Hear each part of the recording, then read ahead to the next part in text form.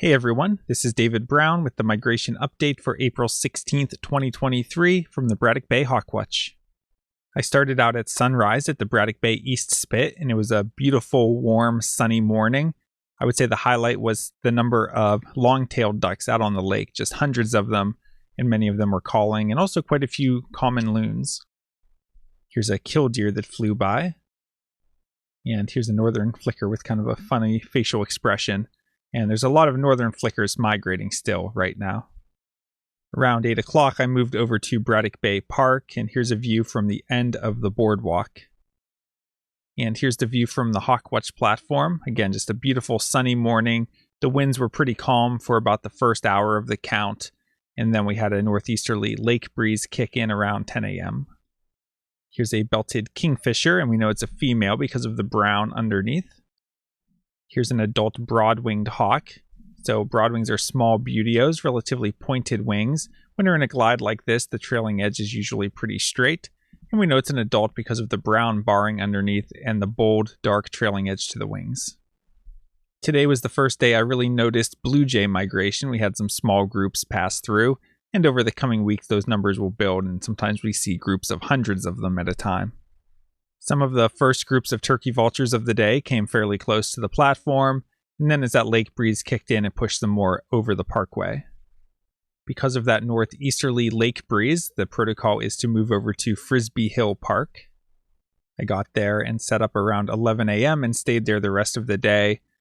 The sky stayed mostly clear, a few clouds moving in towards the end of the afternoon, and the winds stayed out of the northeast or east-northeast and got a little bit stronger throughout the afternoon. Here's an adult Cooper's hawk, and we see that classic flying cross shape with the long tail, big head, and very straight wings. And we know it's an adult because of the orange barring on the underside. Here's a juvenile Cooper's hawk. We can see again the big head, a little bit of streaking on the upper breast, but fairly clean down lower. Here's an adult red-tailed hawk. So again, notice those dark patagial bars and the belly band. And this one's a little unusual in that it has a lot of this streaking kind of dripping down from the patagial bars and from the throat onto the upper breast, and also on the throat itself. Here's part of a flock of double-crested cormorants that flew over. Here we have a very distant photograph of the top side of an immature golden eagle that migrated through just after noon. Here's another look at a juvenile Cooper's hawk, and we notice that teardrop streaking that's mostly concentrated on the upper breast. Here's one of the osprey that nest on the cell phone tower over at Frisbee Hill Park, and they seem to be building the nest, and I don't know what kind of garbage this is that it found, but it seemed like it would make good nesting material apparently. Here we have a juvenile red-tailed hawk, so again notice the dark patagial bars and the belly band, but it's a juvenile, so it does not have the dark, bold trailing edge to the wing or a red tail. Also notice that this bird has a full crop, which is this bulge here, meaning that it has recently eaten.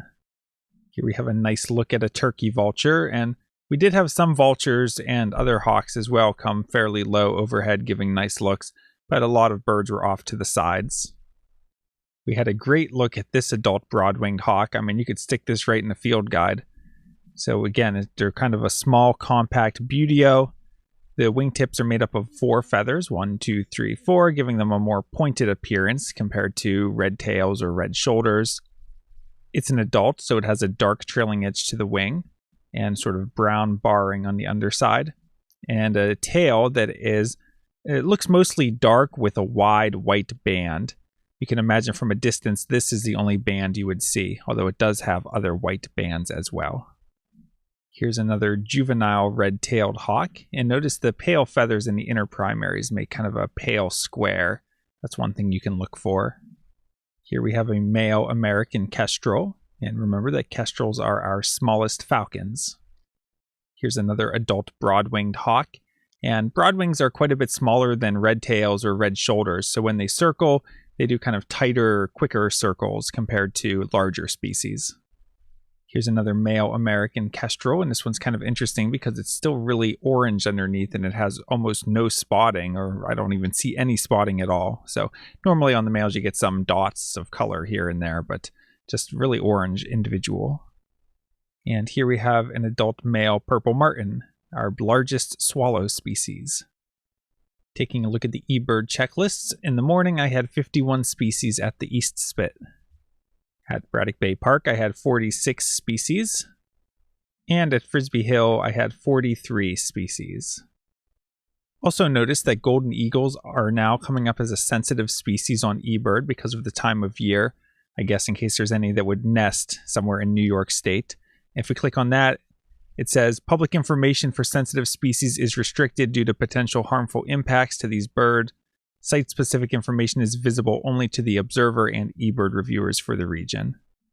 We encourage you not to share specific location information about this sighting via social media, blah, blah, blah, which obviously I'm doing, but at a Hawk Watch, these are species that are migrating through, not sticking around. If this were a nest site of a sensitive species or a location that the species would be hanging around, then I definitely wouldn't be sharing the information. But this bird's long gone, so no worries there. If we look at Hawk Count for our migrant raptor information, for today we had the first black vulture of the season, which I wasn't able to get photos of. It was too distant, but we had that at Frisbee Hill. Always nice to see. We had 201 turkey vultures, 1 bald eagle, 2 northern harriers. For accipiters, we had 17 sharpies and 3 coops. And for buteos, we had 3 red shoulders, 13 broadwings, and 17 red tails. We had 1 golden eagle, and the only falcons were 3 American kestrels, for a total of 262 migrant raptors today. That brings our April total to 15,166, and the season total to 24,338. The only new species for the season was the black vulture. And looking at the forecast, for tomorrow it's looking cloudy early with showers for the afternoon, high near 55, winds west-southwest at 5 to 10 miles per hour. So it's kind of interesting. There's a lot of rain moving in tonight into tomorrow morning. Seems like in time for the hawk count to get started, there's a little bit of a break in the rain. My one weather app's even showing a little bit of sunshine. We'll see if that plays out. But if we do have a break in the rain combined with those light favorable winds and a little bit of sunshine, I could see there being some raptor migration in the morning. Seems like maybe rain showers again in the afternoon might shut things down. So a little bit hard to predict. It's going to depend on the exact conditions, but would expect light to moderate migration. And keep in mind that in this middle part of the season, there's a lot of accipiters and falcons migrating and harriers. And these are species that are willing to kind of push through in less favorable conditions.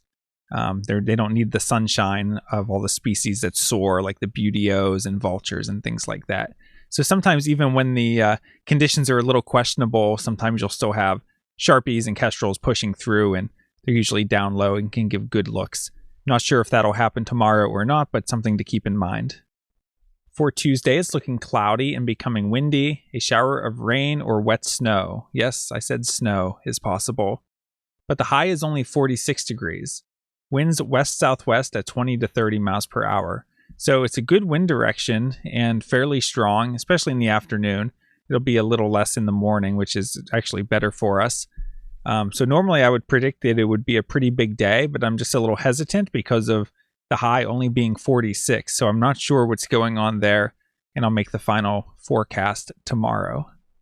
For Wednesday, it's looking partly to mostly cloudy, high 51, winds west-northwest at 10 to 20 miles per hour. So should be some migration. It's not the best wind direction, but it's not a terrible wind direction. So would expect moderate migration for Wednesday. All right, well, we had a couple days where it's been sunny with light winds that have turned into a lake breeze, and now it seems like finally the weather pattern's changing with some rain and winds shifting back to a more westerly and southwesterly direction coming up. So could be some interesting days as we're right here in the middle of the season of the Braddock Bay Hawk Watch. So hope to see you soon. From Lyco Birds, this is David Brown. Thanks for watching.